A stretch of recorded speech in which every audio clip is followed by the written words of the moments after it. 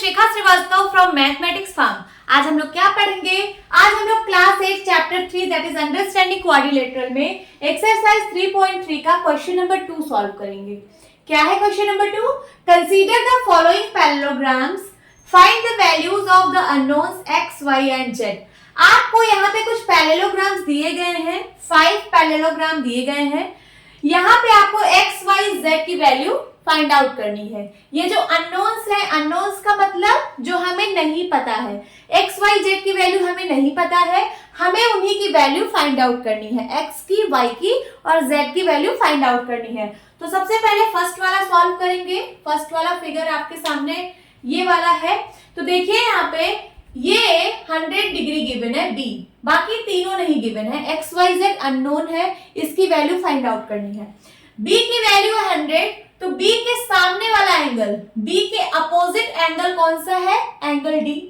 तो ये वाला एंगल इस एंगल के बराबर होगा। क्यों? क्योंकि opposite angles of parallelogram are equal in measure. जो अपोजिट एंगल्स होते हैं पैरेललोग्राम के वो इक्वल होते हैं। तो क्या मैं यहाँ पे लिख सकती हूँ? पहले यहाँ पे लिखिए angle b is equals to 100 degree, ये गिवन है। Then angle b is equals to angle d हो जाएगा, और एंगल d को ही यहाँ पे y से रिप्रेजेंट किया गया है, तो इसको मैं y लिख दे रही हूँ। Angle b is equals to angle d that is equals to y। ये किस लिए हुआ? किस प्रॉपर्टी से हुआ? तो हमने पढ़ा है कि opposite angles of parallelogram are equal. तो यहाँ पे लिख दीजिए अपोजिट एंगल्स ऑफ पैरेललोग्राम। तो यहां से हमने लिखा कि opposite angles of parallelogram equal होते हैं, तो एंगल बी जो है वो एंगल डी के बराबर होगा, जो कि y है। तो y की वैल्यू कितनी हो जाएगी? एंगल b के बराबर कितना? 100 डिग्री। तो हमने y की वैल्यू यहाँ पे फाइंड आउट कर ली, एक वैल्यू हमें मिल गई। अब देखिए हमने b की वैल्यू और y की वैल्यू हमने फाइंड आउट कर ली। अब x और z की वैल्यू निकालनी है। अब देखिए ये जो b और c है, एंगल b और एंगल c, ये दोनों एडजेसेंट एंगल्स हैं, और आपने पढ़ा है कि adjacent angles of parallelogram are supplementary. Means इन दोनों को अगर मैं सम करूं तो 180 डिग्री होगा। तो लिखिए यहाँ पे angle b plus angle c is equals to 180 degree. क्यों? क्योंकि एडजेसेंट एंगल्स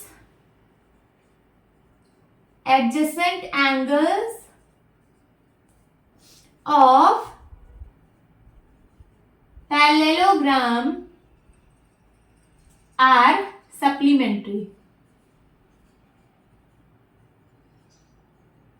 वहां से हमने ये वाला लिखा कि एंगल बी और एंगल सी को ऐड करूंगी जब, तो वो 180 के बराबर आएगा। अब देखिए एंगल बी की वैल्यू 100 है, लिखिए 100 डिग्री। एंगल सी को हम x बोल रहे हैं, ये इज इक्वल्स टू हो जाएगा 180 डिग्री के। तो यहां से x की वैल्यू आ जाएगी 180 डिग्री। ये 100 प्लस में है, इस साइड उस साइड भेजेंगे तो माइनस का 100 डिग्री हो जाएगा। तो x की वैल्यू आ जाएगी क्या? 80 डिग्री। हमने x की भी वैल्यू फाइंड आउट कर ली। अब बचा क्या? बचा है z। तो देखिए x के सामने का एंगल z है, मींस एंगल c के अपोजिट एंगल a है, तो एंगल c और एंगल a बराबर होगा। यहाँ पे लिखिए angle c is equals to angle a। क्यों? क्योंकि ये अपोजिट एंगल्स ऑफ पैरेललोग्राम है। Opposite angles of parallelogram, opposite angles of parallelogram are equal होते हैं, तो ये जो है एंगल सी एंगल ए के बराबर होगा। तो एंगल सी यहाँ पे x है, एंगल सी को हम लोग x बोल रहे हैं, तो यहाँ पे x लिखिए, और x की वैल्यू आ चुकी है 80 डिग्री। x की वैल्यू 80 डिग्री है, ये किसके बराबर होगा? एंगल a के। तो एंगल a क्या है? यहाँ पे z है, एंगल a को हम लोग z बोल रहे हैं, तो यहाँ से z की वैल्यू आ गई क्या? 80 डिग्री। तो हमने z की भी वैल्यू फाइंड आउट कर ली। क्या आ गई z की वैल्यू? 80 डिग्री। तो x की 80 डिग्री, y की 100 डिग्री, z की 80 डिग्री, यही तीन अननोन थे। तीनों अननोन्स को हम लोग फाइंड आउट कर लिए हैं पहले फिगर में। अब सेकंड फिगर में देखेंगे, इसको इरेज कर देती हूं।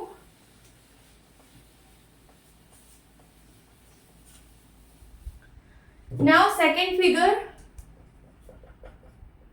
फिगर में देखिए, सबसे पहले यहाँ पे आपको एक एंगल पता है 50 डिग्री।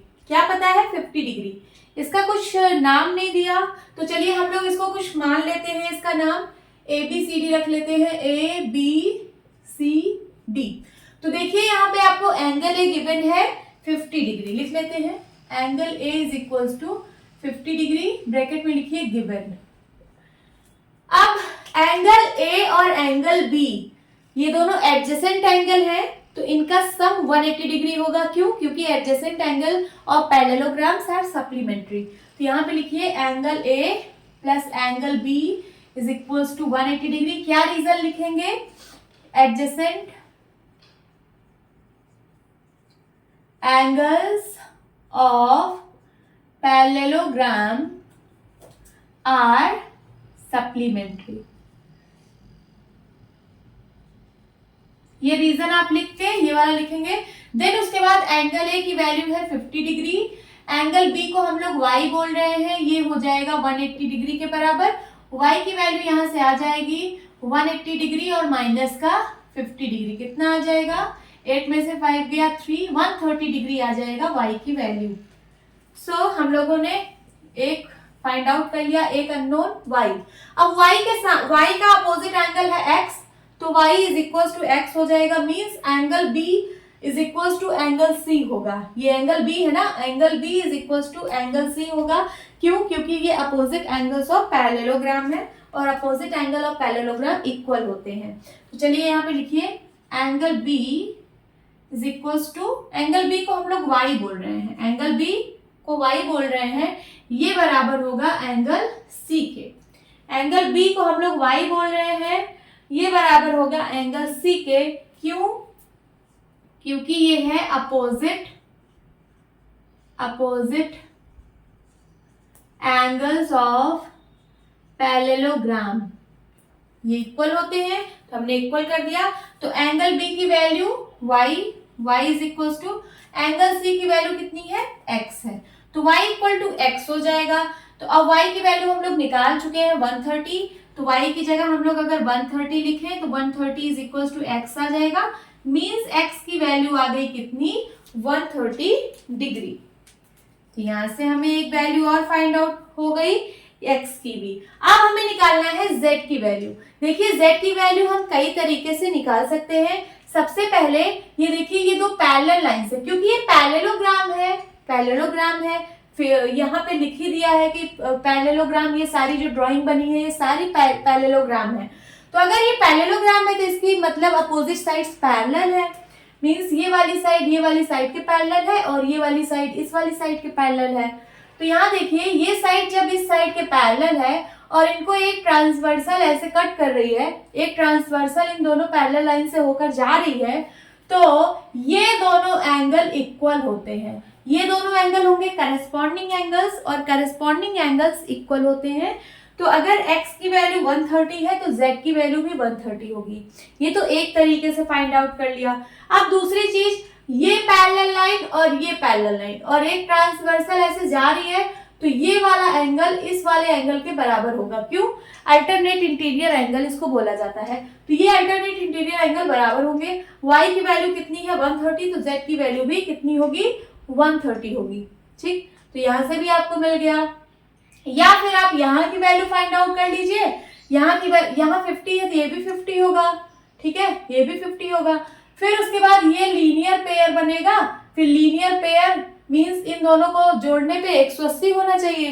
तो जब ये 50 है तो ये 130 आएगा। तो यहाँ से भी आप फाइंड आउट कर सकते हैं। तो आपको जो अच्छा लगे आप वहां से करिए। अभी फिलहाल मैं करस्पॉन्डिंग एंगल से इन दोनों को इक्वल करने वाली हूँ। तो एंगल C और मतलब एंगल x और एंगल z इक्वल होंगे। यहाँ पे लिखिए x equal to z, x equal to z होगा। क्यों? क्योंकि इसका रीजन लिखिए करस्पॉन्डिंग एंगल्स,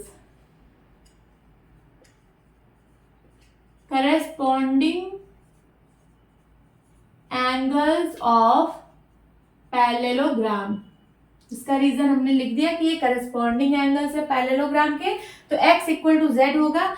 x की वैल्यू आ चुकी है 130, तो 130 इज इक्वल टू z होगा। तो z की वैल्यू कितनी आ जाएगी 130 डिग्री। तो यहाँ पे जितने भी अननोन्स थे हम लोगों ने फाइंड आउट कर लिए, x की वैल्यू, y की वैल्यू, z की वैल्यू, तीनों की वैल्यू आ चुकी है। यही आपका आंसर है। अब चलिए थर्ड पार्ट सॉल्व करते हैं इस फिगर का।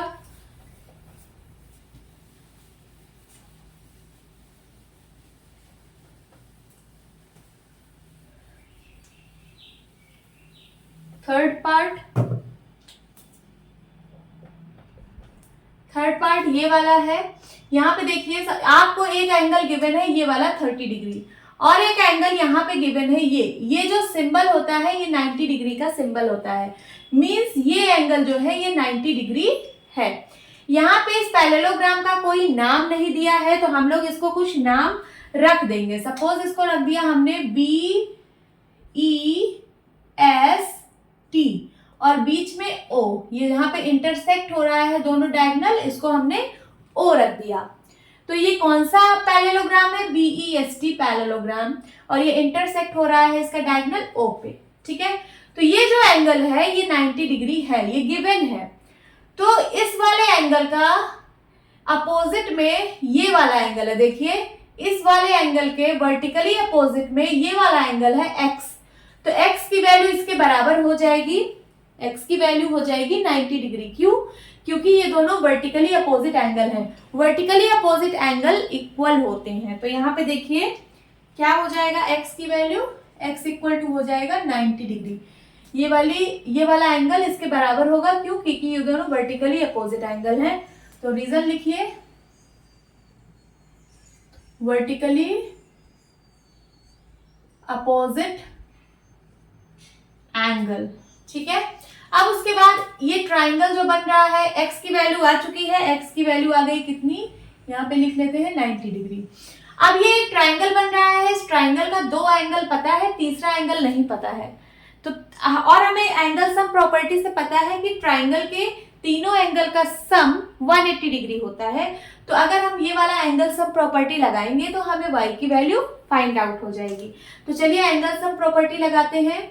यहाँ पे हो जाएगा इन ट्राइंगल, किस ट्राइंगल की बात हो रही है, OST, इन ट्राइंगल OST क्या हो जाएगा 90 degree plus 30 degree plus y is equals to 180 degree. समझ आया? ये वाला एंगल प्लस ये वाला एंगल प्लस y ये तीनों होगा 180 के बराबर। क्यों? ये एंगल सम प्रॉपर्टी से हुआ है, angle sum property of triangle से। अब चलिए दोनों को ऐड कर लीजिए तो कितना हो जाएगा 120 degree plus y is equals to 180 degree. y की वैल्यू आ जाएगी यहाँ से 180 degree minus 120 degree is equals to 60 degree. तो y की वैल्यू आ चुकी है 60 डिग्री। यहाँ पे लिख लेते हैं y की वैल्यू क्या आई 60 डिग्री। अब देखिए अब यहाँ पे ये एक पैरेललोग्राम है, गिवन है क्वेश्चन में ही। तो अगर पैरेललोग्राम है तो इसका मतलब इसकी अपोजिट साइड्स पैरेलल है। अब देखिए ये वाली साइड ये TS पैरेलल होगी BE के, TS पैरेलल होगी BE के और एक ट्रांसवर्सल इन दोनों पैरेलल लाइन से पास हो रहा है। ये देखिए एक ट्रांसवर्सल ऐसे पास हो रहा है। तो ये वाला एंगल इस वाले एंगल के बराबर होगा और इस एंगल को हम लोग क्या बोलते हैं, अल्टरनेट इंटीरियर एंगल। जब दो पैरेलल लाइंस को एक ट्रांसवर्सल कट करता है तो वहां पे जो ये दो एंगल बनता है दोनों साइड में, इसको हम लोग बोलते हैं अल्टरनेट इंटीरियर एंगल और इनकी वैल्यू इक्वल होती है। तो यहां से हो जाएगा y is equals to z। क्यों? क्योंकि यहां लिखिए रीजन अल्टरनेट इंटीरियर एंगल्स। ये अल्टरनेट इंटीरियर एंगल है तो दोनों की वैल्यू इक्वल होगी। अब y की वैल्यू है 60 डिग्री, तो यहाँ लिखिए 60 degree is equals to z। तो z इक्वल्स टू 60 डिग्री। हमने z की भी वैल्यू फाइंड आउट कर ली। सो x की वैल्यू भी फाइंड आउट हो गई, y की वैल्यू भी और z की वैल्यू भी। यही तीन अननोन थे, हमने तीनों की वैल्यू फाइंड आउट कर ली। यही आपका आंसर है। अब चलिए फोर्थ पार्ट सॉल्व करते हैं।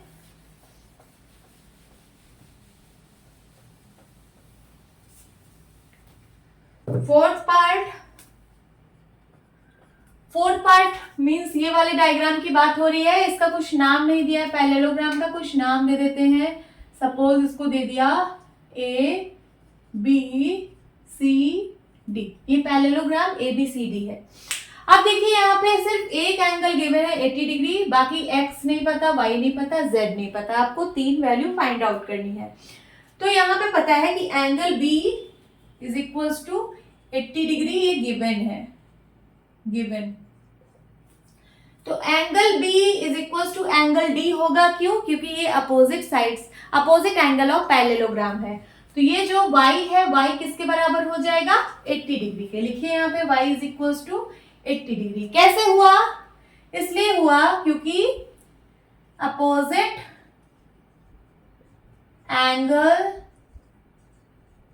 एंगल्स ऑफ पैरेललोग्राम और opposite angle of parallelogram are equal in measure, ये इक्वल होते हैं। तो y किसके बराबर हो जाएगा? y 80 डिग्री के बराबर हो जाएगा। अब उसके बाद x की वैल्यू कैसे फाइंड आउट करेंगे? ये देखिए एंगल B और एंगल A, ये दोनों एडजेसेंट एंगल है और एडजेसेंट एंगल पैरेललोग्राम में सप्लीमेंट्री होते हैं। तो इसका मतलब इन दोनों का सम 180 के बराबर होगा। तो यहाँ पे लिखिए x plus 80 degree is equals to 180 degree. ये कैसे हुआ? तो यहाँ पे लिख दीजिए adjacent angles of parallelogram are supplementary.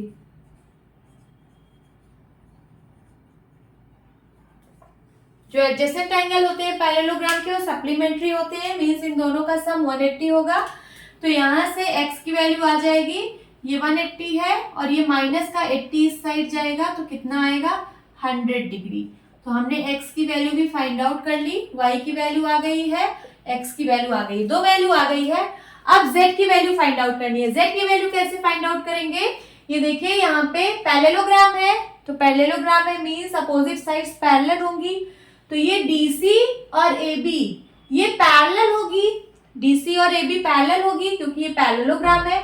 जब DC और AB पैरेलल है और इनको एक ट्रांसवर्सल कट कर रही है, इनसे एक ट्रांसवर्सल पास हो रही है, तो ये जो एंगल है और ये एंगल है, ये दोनों करेस्पॉन्डिंग एंगल्स होंगे और करेस्पॉन्डिंग एंगल्स इक्वल होते हैं। सो Z इक्वल्स टू किसके हो जाएगा? 80 डिग्री के। तो यहाँ पे लिखिए आप Z इक्वल्स टू 80 डिग्री। क्यों हुआ ऐसा? यहाँ पे रीजन लिखिए करेस्पॉन्डिंग एंगल्स। क्या है? Corresponding angles. समझ आया? तो यहाँ पे x, y, z तीनों की वैल्यू हम लोगों ने फाइंड आउट कर ली, यही आंसर है। अब चलिए फिफ्थ पार्ट सॉल्व करते हैं।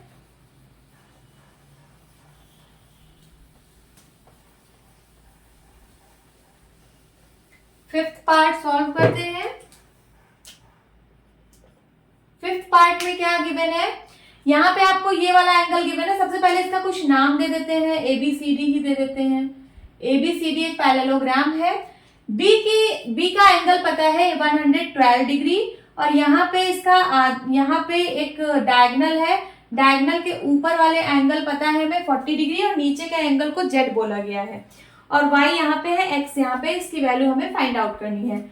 हमें एंगल P पता है, angle B is equals to 112 degree, ये गिवन है, दिस इज गिवन। तो एंगल B किसके बराबर हो जाएगा? Y के। Angle B is equals to हो जाएगा Y के। क्यों? क्योंकि ये अपोजिट एंगल्स ऑफ पैरेललोग्राम है, अपोजिट एंगल ऑफ पैरेललोग्राम है, तो ये दोनों बराबर होगा। तो y की वैल्यू कितनी हो जाएगी? b के बराबर, तो 112 डिग्री।